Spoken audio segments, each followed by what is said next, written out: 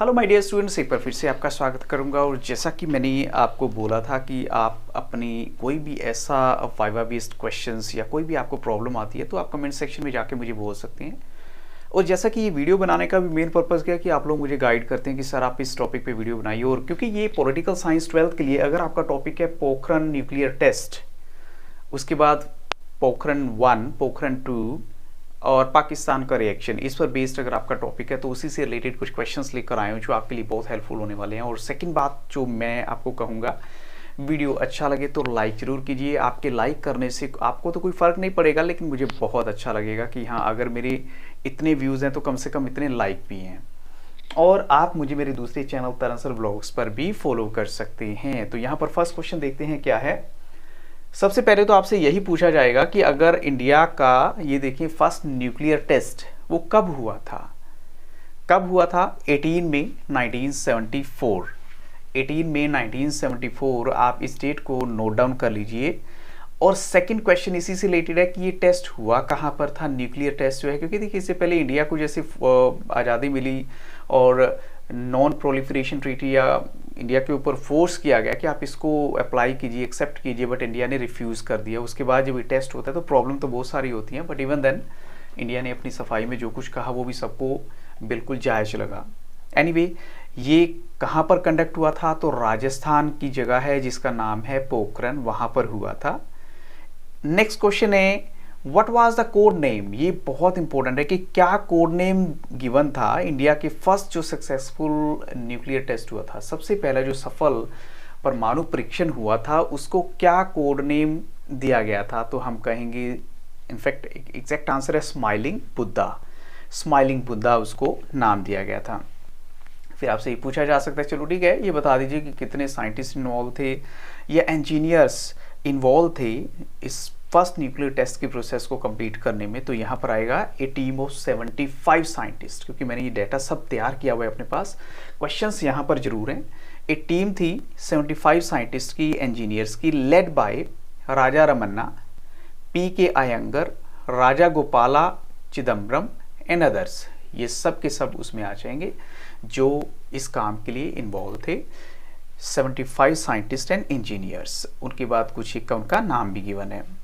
और इन्होंने कितने टाइम पीरियड तक हार्डवर्क किया? तो सोचो, कोई भी काम जो है करना होता है उसके लिए मेहनत करनी पड़ती है। 1 साल, 2 साल, 3 साल हो, फिर अल्टीमेटली आपको उसका फ्रूट मिलता ही है। तो 1967 से 1974 तक लगातार इन्होंने हार्डवर्क किया and then they got the fruit. Successful परीक्षण हो जाता है। चलो नेक्स्ट क्वेश्चन है, what was the aftermath of this first test conducted by India? या इसी क्वेश्चन को हम दूसरे एंगल से भी ले सकते हैं कि यूनाइटेड स्टेट्स ऑफ अमेरिका का क्या रिएक्शन था जब इंडिया ने ये वाला टेस्ट कंडक्ट किया?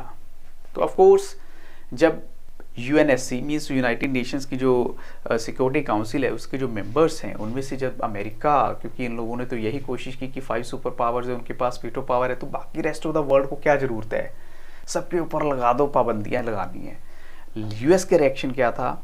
तो यूएस ने कहा था कि जो न्यूक्लियर सोसाइटी है, विदाउट वार्निंग आपने ऐसा किया है and then stopped all aids, कहते हैं क्योंकि आप लोगों ने ऐसा किया, फिर इंडिया को हर तरह की जो हेल्प देने से बिल्कुल मना कर दिया और इम्पोज्ड न्यूमरस सैंक्शंस, और बड़ी सारी पाबंदियां लगा दी। जैसे आप देखते ही हो कि कोई सुपर पावर होती हैं, पावरफुल कंट्री होती हैं, कई बार वो किसी का पक्ष जाने बिना ही उन पर रिस्ट्रिक्शंस लगा देती हैं। तो इंडिया के ऊपर भी ये उन्होंने ब्लेम किया कि आप लोगों ने बिना बताए जो है ऐसा किया है, तो आपके ऊपर एक तो जो भी इंडिया को जैसे वो हेल्प करते थे पहले बहुत सारी, वो उन्होंने बंद कर दी, और दूसरा बहुत सारी सैंक्शंस यानी पाबंदियां लगा दी थी उन्होंने। नेक्स्ट है, हैज इंडिया साइंड या join the 1970 nuclear non proliferation treaty? इसी की मैं आपसे बात कर रहा था कि इंडिया ने क्या उस ट्रीटी या उस एग्रीमेंट को साइन किया, एक्सेप्ट किया था? तो यहाँ पर आंसर है नो। 1970 में तो बिल्कुल मना कर दिया था कि नहीं।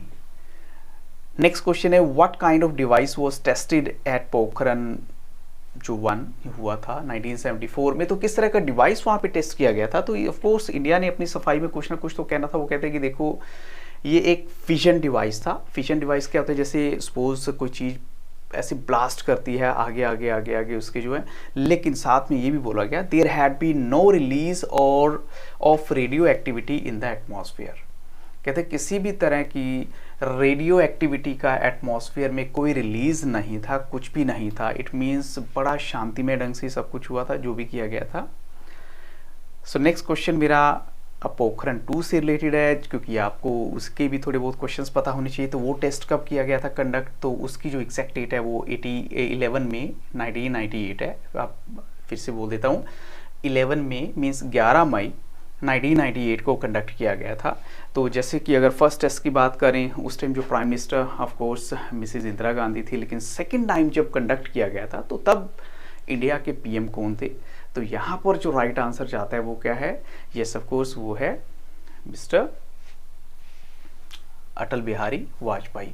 लेकिन ये बात भी आपको पता होना चाहिए कि जब इन्होंने 1996 में ये प्लान आउट किया था, लेकिन 1996 का टाइम बहुत टफ था उनके लिए, क्योंकि उनकी जो पॉलिटिकल जो स्टेचर है या उनका जो स्टेटस है वो इतना स्ट्रॉन्ग नहीं था।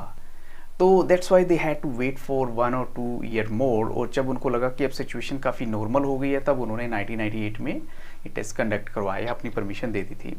अब ये तो आपका जीके क्वेश्चन है। नेक्स्ट वाला, national technology day is observed every year on. National technology day आप कब सेलिब्रेट करते हैं, हर साल। तो यहाँ पर जो राइट आंसर है वो क्या है, yes of course that is 11 में। और उसका सबसे बड़ा रीज़न क्या है, बिकॉज एक रिमाइंडर है पोखरण 2 टेस्ट का, कि ठीक है पोखरण 2 का टेस्ट हुआ था, इस दिन हुआ था, तो इसलिए उसके रिमाइंडर के तौर पे हम इसको याद करते हैं।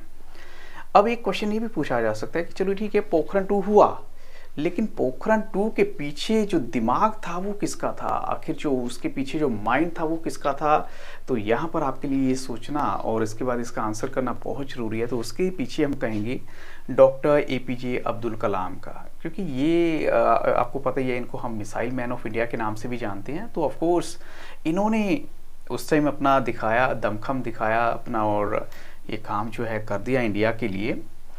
तो नेक्स्ट क्वेश्चन मेरा है DRDO, जैसा कि यहाँ पर भी मैंने मेंशन किया हुआ है, क्योंकि ये तो यहाँ तक हो गए। अब नेक्स्ट है DRDO, ये आपको नज़र आ ही रहा होगा। तो DRDO की फुल फॉर्म क्या होती है, कुछ पता है आपको? बट एनीवे मैं बताता हूँ, मे बी आपको पता भी होगा। Defence research and development organisation. Defence research and development organisation इसकी फुल फॉर्म है। नेक्स्ट क्वेश्चन है when did Pakistan conduct its first nuclear test. अब जैसे इसी पर आता है कि पाकिस्तान का क्या रिएक्शन था। तो पाकिस्तान शांत बैठने वाला तो देश नहीं है, क्योंकि उनको लगा जब हमारा पड़ोसी मुल्क, पड़ोसी देश जो है ये टेस्ट कंडक्ट कर चुका है, तो हम भी पीछे क्यों रहें। तो उन्होंने भी जो है न्यूक्लियर टेस्ट इंडिया के जब पोखरण 2 के बाद अपना जो टेस्ट कंडक्ट किया, इसके बाद उन्होंने अपना फर्स्ट टेस्ट कंडक्ट किया था 28 में 1998 को। लेकिन कहाँ पर हुआ था वो मैंने लिख ही दिया, व्हेन, और उसके बाद वेयर। कहाँ पर हुआ था, शगाई हिल्स में, बलोचिस्तान के अंदर। तो ये आपको पता ही है कि डेजर्टेड एरिया होते हैं जहाँ पर ऐसे टेस्ट कंडक्ट किए जाते हैं, और काफ़ी गहराई में आई थिंक सो ऐसा किया जाता है। ये कुछ इंपॉर्टेंट क्वेश्चन थे इसी चैप्टर से रिलेटेड। फिर भी आपको लगता है कि कोई और भी ऐसा टॉपिक है जो आपके लिए अभी प्रॉब्लमेटिक है, तो आप कमेंट सेक्शन में जाके मुझे बता सकते हैं।